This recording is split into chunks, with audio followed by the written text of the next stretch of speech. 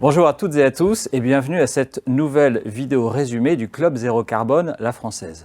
Alors, vous l'aurez certainement reconnu, je suis aujourd'hui avec François Gémen. Bonjour François. Bonjour David.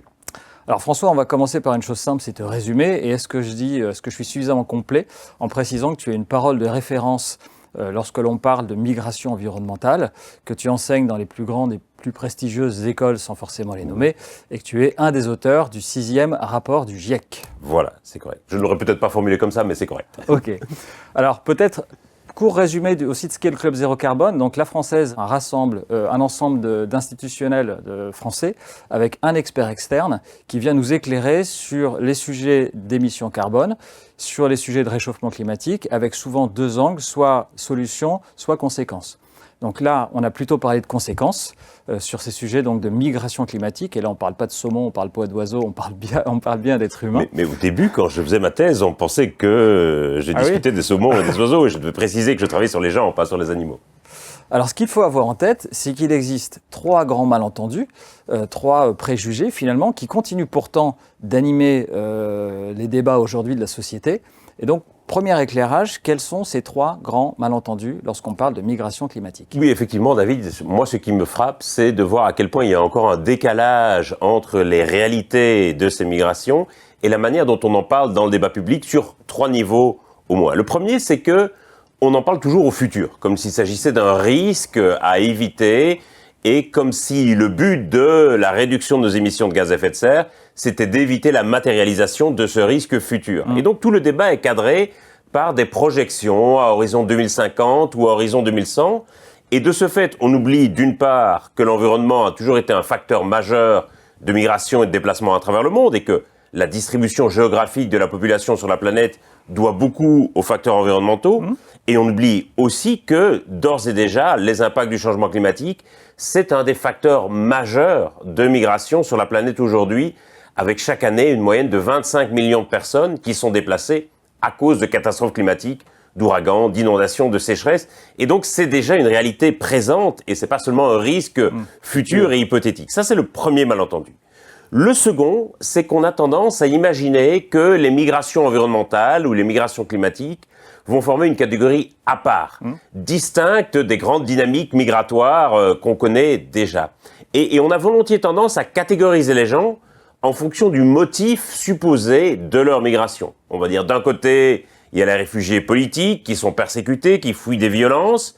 De l'autre côté, des migrants économiques qui vont se déplacer à la recherche d'une meilleure qualité de vie, d'un meilleur salaire, de meilleures conditions économiques.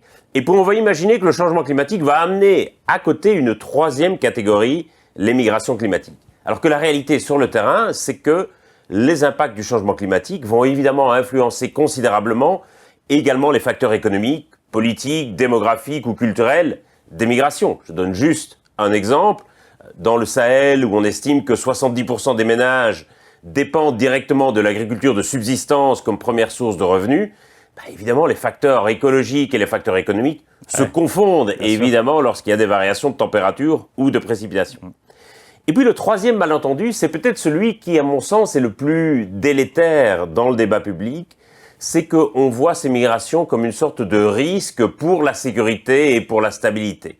On parle des migrations climatiques comme d'une nouvelle crise migratoire à venir, comme d'un nouveau chaos qui serait en gestation. Et je pense que si on a présenté ces migrations comme un risque considérable pour la sécurité et la stabilité de nos États, c'était aussi pour sensibiliser les pays industrialisés à la nécessité de réduire leurs émissions de gaz à effet de serre. En gros, on leur disait, vous avez intérêt à réduire vos émissions parce que si vous ne le faites pas, demain, vos systèmes d'asile vont être submergés de millions de demandes. Mais le problème, c'est que le risque, en ayant cette sorte d'instrumentalisation du discours, c'est d'alimenter une sorte d'agenda xénophobe qui va évidemment pousser les États à fermer leurs frontières bien davantage qu'à réduire leurs émissions.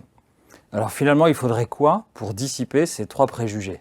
Je pense que l'essentiel, c'est d'abord d'essayer de réconcilier les réalités empiriques de ces migrations avec les représentations et les perceptions qu'on en a. C'est pour ça qu'il est très important, je crois, de repartir du terrain et de se demander quel est le type de politique, quel est le type d'intervention qui va permettre d'améliorer la vie des gens et de mieux gérer ces situations. Et souvent, en matière d'asile et d'immigration, on va décider sur la base de préjugés ou d'idéologies bien davantage qu'à partir de la réalité du terrain. Et en fait, quand on regarde la réalité du terrain, on se rend compte qu'un certain nombre d'interventions politiques permettent en réalité de gérer ces migrations. Par exemple, de faire en sorte qu'elles puissent être déployées comme de vraies stratégies d'adaptation, notamment avec des migrations pendulaires où les gens vont et reviennent à certains moments, et que c'est aussi, à ce moment-là, la migration peut devenir un vrai moyen de s'adapter aux impacts du changement climatique.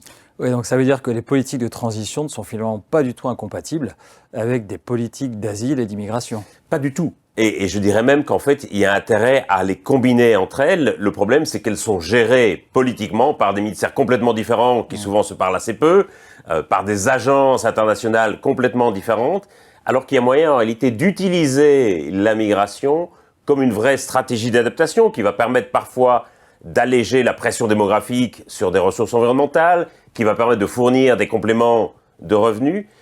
Et de plus en plus dans les négociations internationales sur le climat, on va considérer la possibilité d'utiliser la migration comme une stratégie d'adaptation, mais sur le terrain, il y a une vraie nécessité de coordination politique et aussi la nécessité d'un changement d'état d'esprit. Ouais. On est encore très fort dans l'idée qu'on va pouvoir résister aux migrations et que le but c'est de résister aux migrations.